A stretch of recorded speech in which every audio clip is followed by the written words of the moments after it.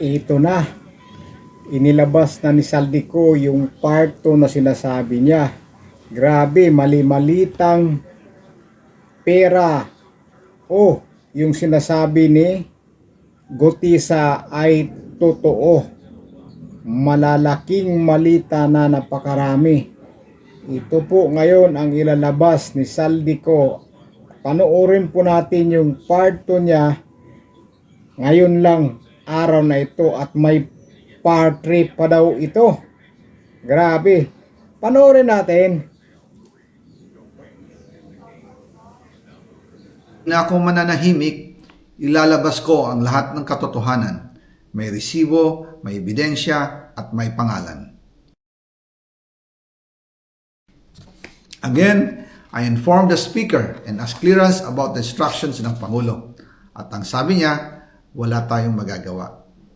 Kaya po nagtataka ako kung bakit sinasabi ni Pangulo na hindi niya makilala ang budget, samantalang lahat na binawas at dinagdag sa mga ahensya ng gobyerno ay humihingi ng approval sa kanya si Sec. Mina Pangandaman.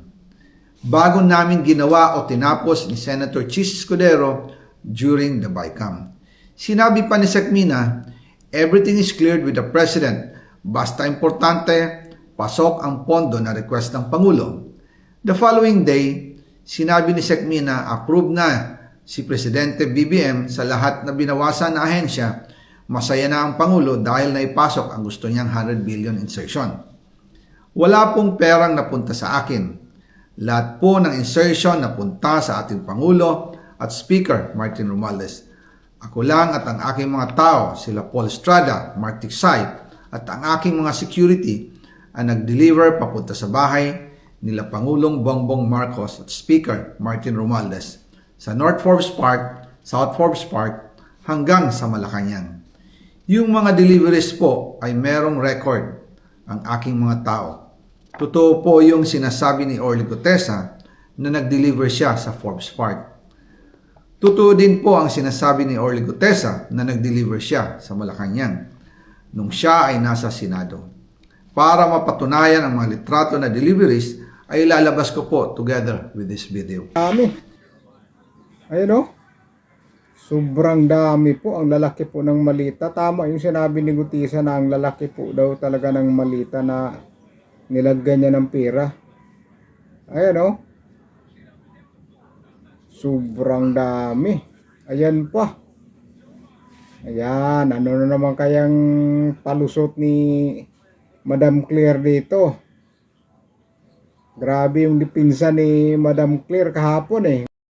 After po ng approval ng budget sa General Appropriations Act of 2025, nagtanong po ako sa DPWH kung magkano ang kailangan na ibigay sa Office of the President o ang SOP na bigayan. Ang sinagot sa akin ay 25%. Ang ibig sabihin nito, 25% ng 100 billion ang SOP na kailangan ibigay kay BBM mismo. In total, 25 billion ang napunta kay Pangulong Bongbong Marcos. Kaya ngayon ay hinahamon ko si Ombudsman Remulla kung seryoso talaga siya sa mga sinasabi niya sa kanyang press release na idadamay niya pati si Martin Romualdez kung magbibigay ako ng ebidensya. Patunayan niya ngayon ang pronouncement niya. Imbestigahan niya ang fraternity Brad at ang kanyang kaibigan na si Speaker Martin Romualdez kung talagang tutupad siya sa tungkulin niya. Imbestigahan din niya si President Bongbong Marcos. Sabi nga ni BBM nung SONA, let's do it right at mahiya naman kayo, hindi po ba? Nananawagan din po ako sa Senado na imbestigahan ang 100 billion insertion ni Presidente. Alam ko po na hindi gagawin ni Ombudsman Remulla ang hamon ko. Pero magaling ang Senado sa investigasyon at ako ay naniniwala na dahil sa kanila, lalabas ang katotohanan. Ayan. May part 3 pa na ilalabas si Saldico. Mali-malita o napakaraming malita yung sinasabi ni Gutisa ay totoo. Ayon pa yan mismo ni Saldico. Matindi to mga kababayan. Masaya daw ang Pangulo na na-approve na yung 100 billion. Tindi. Tapos umaasa si Saldico na iimbestigahan ng Senado. Nako, siya pa nga yung didiin ngayon eh. Siya pa nga eh.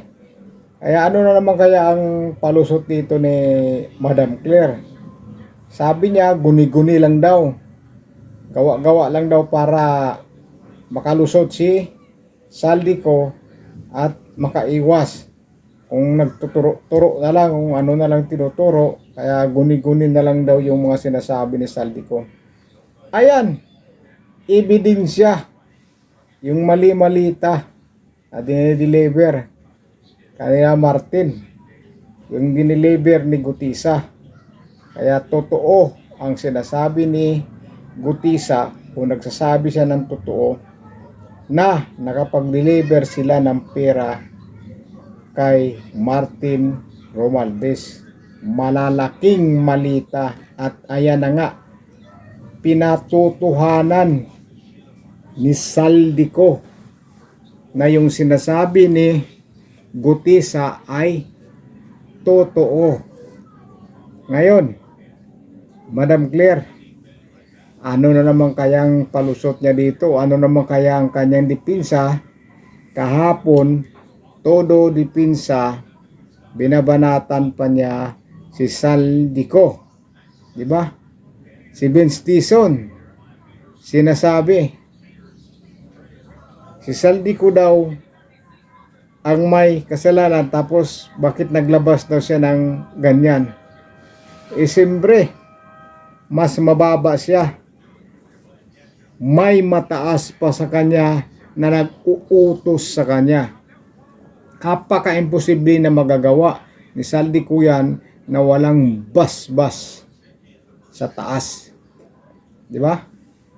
Ngayon, kumanta na yung tao, ito namang taong kumanta ang iipitin. Kaya pala hindi isinali sa Zoom dahil alam na nila na iba ang sasabihin ni Saldico. Grabe to, may part 3 pa po ito. May part 3 pa. Yung hinahanap ni Madam Claire na ebidensya, ayan na. Inuunti-unti na niya paglabas. Una yung mga listahan ng mga projects. Tapos ito ngayon, yung mga malita na i-deliver doon kila Romualdez at kanila President Bongbong Marcos daw sa Malacanang. Matindi, grabe. Grabing pera. Ang lalaki ng malita. Ang lalaki. Tama yung sinabi ni Gutisa na 50 million o 30 million, 40 million to 50 million yung laman ng isang malita, pero pinakaano talaga yun, 50 million. Piruin mo yun. Ilang malita yung dinideliver nila. Ilang malita. Napakadami.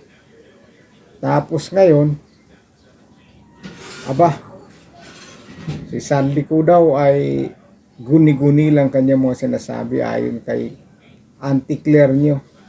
Ngayon, abangan nyo yung ano na naman yung depensa ni Auntie Claire dito sa part 2 ni Saldico, at may part 3 pa yan.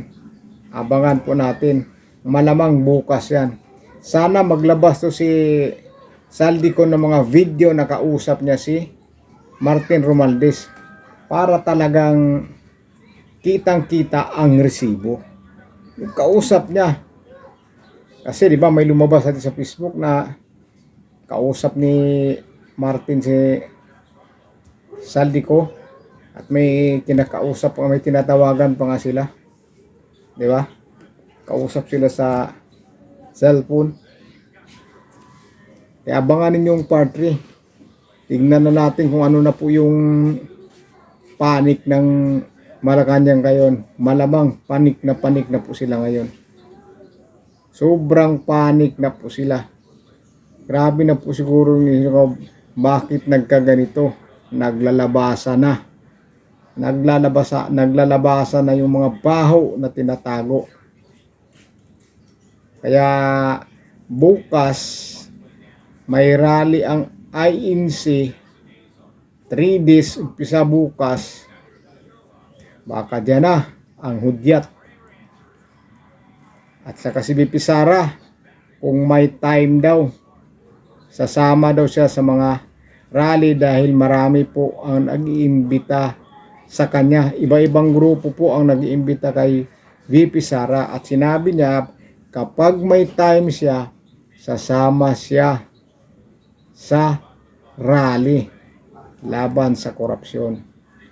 Nako, pag natauhan ng mga tao dito, sigurado. Pero yung mga manhid dyan, ano sabihin nila sa Saldico, hindi nila yan, paniniwalaan. Bali ang mga isip nila mga yan. Tingnan natin yung Blue Ribbon Committee. Kahapon, grabe nila, hindi nila binabanatan nila si Saldico eh. Mas binabanatan nila. Hindi nila pinapaniwalaan.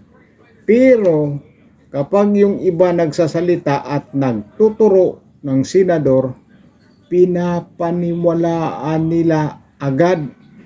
Pinapaniwalaan.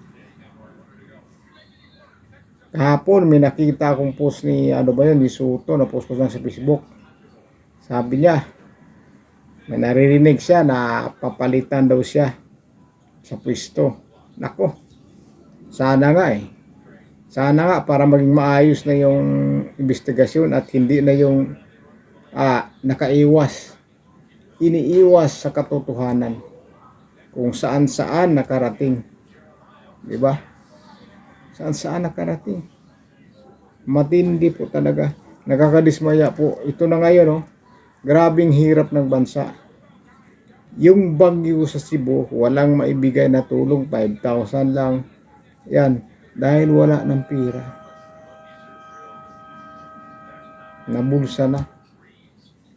Nung eleksyon, baha ang ayuda, baha ang tulong. Ngayon na marami sa kuna, nasaan na yung mga ayuda? Nasaan na? Yung akap, yung tupad, di ba marami yun? Ngayon na may maraming bagyo na pinagdaanan ang ibang lugar sa ating bansa at maraming nasalanta talaga, sira yung mga bahay, nasaan na yung mga akap na sinasabi nila?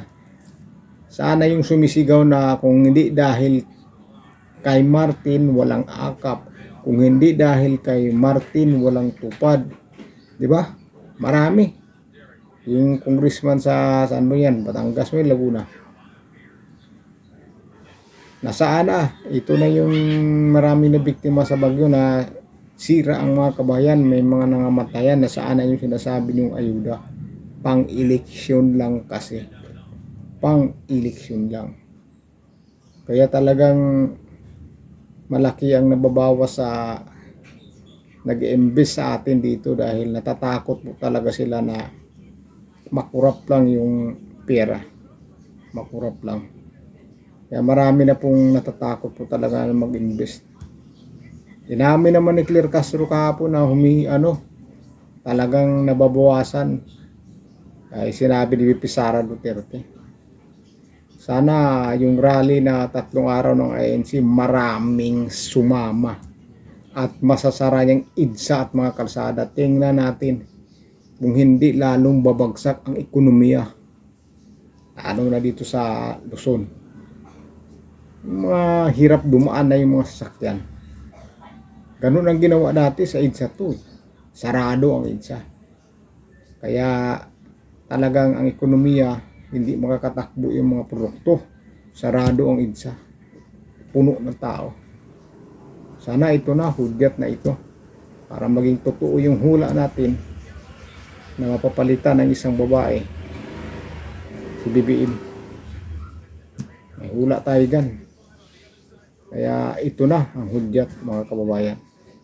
So ilan po mga kababayan, abangan po natin yung part 3 na sinasabi ni Saldico. Sana maglabas siya ng video na kausap niya si Martin para talagang napakasulid na resibo. So yun lang po. Kaya kung bago lang kayo sa channel ko, sana kalimutan mag-subscribe, mag-like sa video na to at i-comment nyo na rin po sa baba